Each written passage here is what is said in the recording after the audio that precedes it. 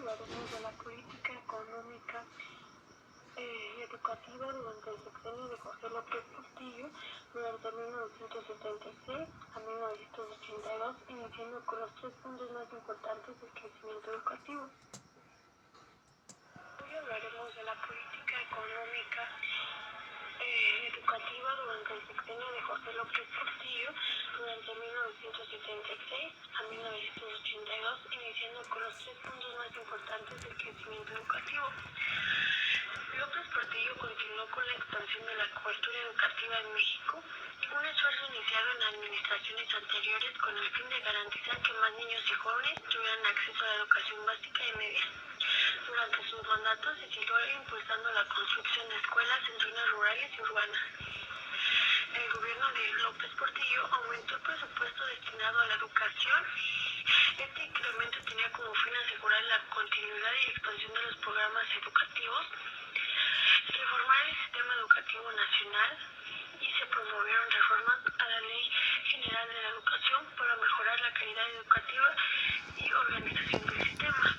Estas reformas tuvieron como objetivo mejorar la formación de los maestros y la infraestructura educativa. En esta segunda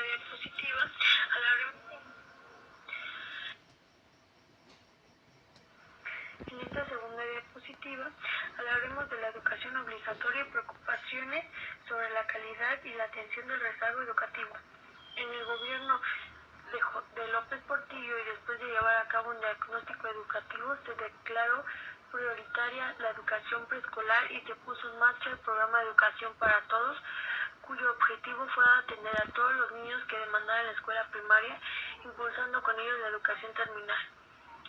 Se buscó regular mediante la planeación la educación superior y se creó la Universidad Pedagógica Nacional, UPN. Cobró relevancia las preocupaciones sobre la calidad y la atención al rezago educativo. También se puso de manifiesto los bajos índices de eficiencia en los primeros grandes grados de la primaria.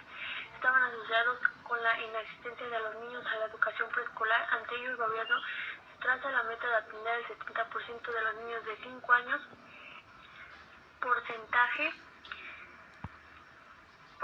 que no pudo alcanzarse al finalizar el sexenio.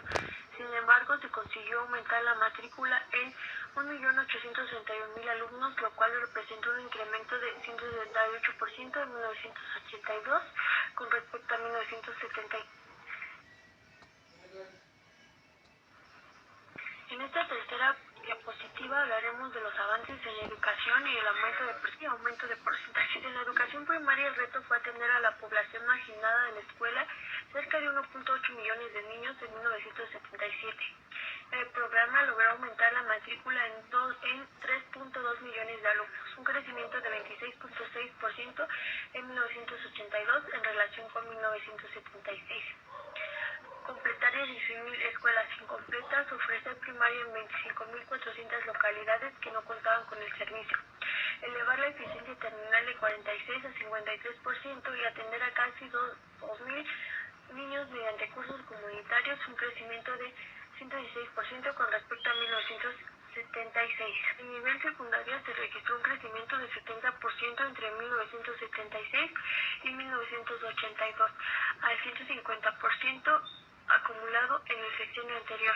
En total, este nivel incrementó la inscripción en 1.47 millones de alumnos.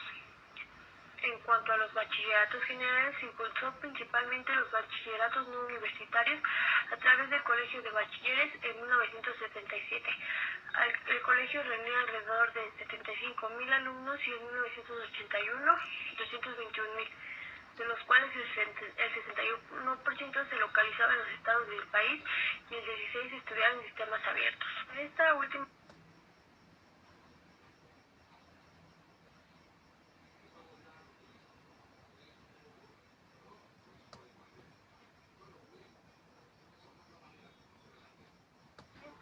diapositiva hablaremos de la creación de una de las instituciones más importantes para la educación en los adultos. En 1987 Se calculaban que existían 6 millones de adultos analfabetos y 13 millones sin concluir la primaria. Ante este panorama, en 1978 el gobierno federal puso en marcha el Programa Nacional de Educación a Grupos Marginados y en 1981 elaboró el Programa Nacional de Alfabetización y creó el Nacional de Educación para Adultos INEA. En 1980 se atendieron poco más de 1,5 millones de adultos en alfabetización primaria, secundaria y capacitación no formal para el trabajo. En 1982, poco más de 2 millones de adultos recibieron educación correspondieron a la alfabetización ofrecidos por el INEA. Esta es una última cifra representó el 10% de la población mayor de 15 años que según el censo de 1980 no sabían leer ni escribir. Ahora les hablaremos sobre la política monetaria de José López Portillo. Esta se centró en la nacionalización de la banca. ¿Pero qué es la banca? Bueno, la banca es un sistema financiero que se encarga de gestionar y administrar el dinero y los activos financieros de las personas y las empresas. Esta banca ofrece varios beneficios o varios servicios financieros, como servicios básicos, servicios de inversión, servicios de pago y tipos de banco. Pero, ¿para qué servía nacionalizar la banca? Bueno, esto ayudó a que la banca privada del país estableciera un control generalizado de cambios, con el objetivo de poder proteger la economía mexicana de la especulación y la fuga de capitales.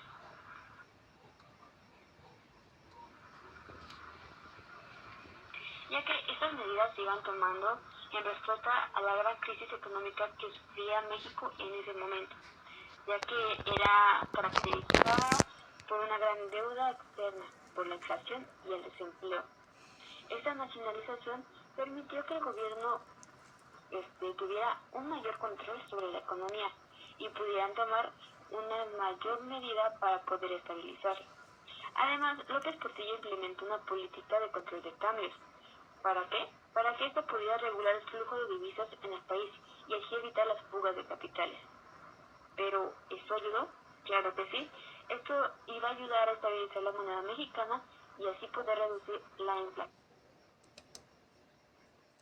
Por eso es importante destacar que su política monetaria de López Portillo, a pesar de que tuvo objetos de controversia y críticas por los empresarios y financieros, también hubo quienes pudieron detenerla, ya que ellos sabían que era necesario tomar esta medida para poder proteger la economía mexicana en un momento de gran crisis.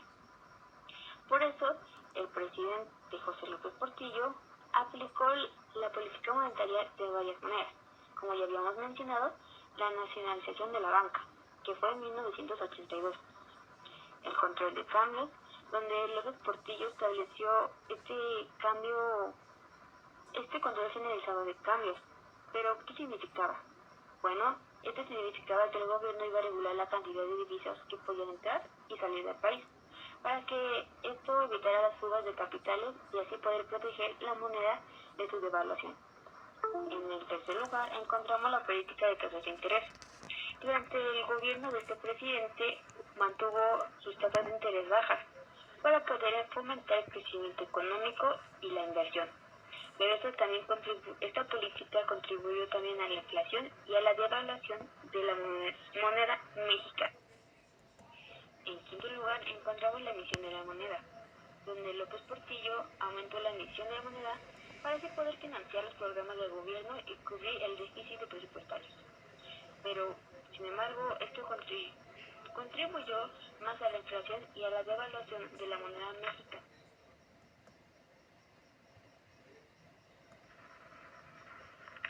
Algunas consecuencias de la política monetaria de López Portillo fue que la inflación se disparó, la moneda mexicana se devaluó y el país enfrentó una gran crisis económica de 1982. Por eso, esta deuda externa se incrementó significativamente y el país tuvo que recurrir al Fondo Monetario Internacional, FMI, que si recordamos que este fondo internacional participan varios países, dentro de ellos está México, ya que por distintas situaciones México u otros países pueden solicitar un fondo, bueno, parte de ese dinero del fondo para que ellos puedan ayudar a su país, ya sea por crisis financiera, por algún desastre, etc. Para eso existe este fondo. Y otra cosa importante a destacar